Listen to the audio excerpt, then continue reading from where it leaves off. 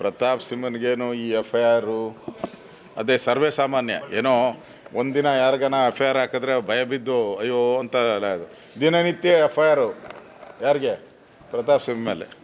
ನಾನು home minister ಆಗಿದ್ದಾಗೆ ಒಬ್ಬ ಸುಪಾರಿ ಕೊಟ್ಟಿದ್ರು ಪ್ರತಾಪ್ ಸಿಂಹಗೆ. ಅವರು ಅವಾಗ ಪತ್ರಕರ್ತರು, ನಾನೇ ಕರೆಸಿ ಮಾತಾಡಿದ್ದೆ ಅವಾಗ.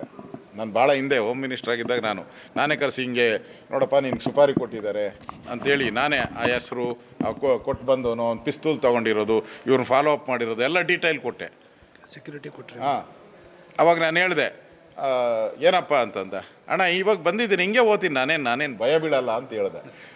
ಸುಪಾರಿ ಕೊಟ್ಟ ಪಿಸ್ತೂಲ್ಗೆ ಭಯ ಬಿದ್ದಿಲ್ಲ ಅಂದರೆ ಈ ಕೇಸ್ಗಳಿಗೆ ಭಯ ಬೀಳೋತ್ತ ಪ್ರತಾಪ್ ಸಿಂಹ ಅಲ್ಲ. ಆ ಸಂದರ್ಭದಲ್ಲಿ ನಾನೇ ಅವ್ರಿಗೆ ಸೆಕ್ಯೂರಿಟಿ ಕೊಟ್ಟೆ.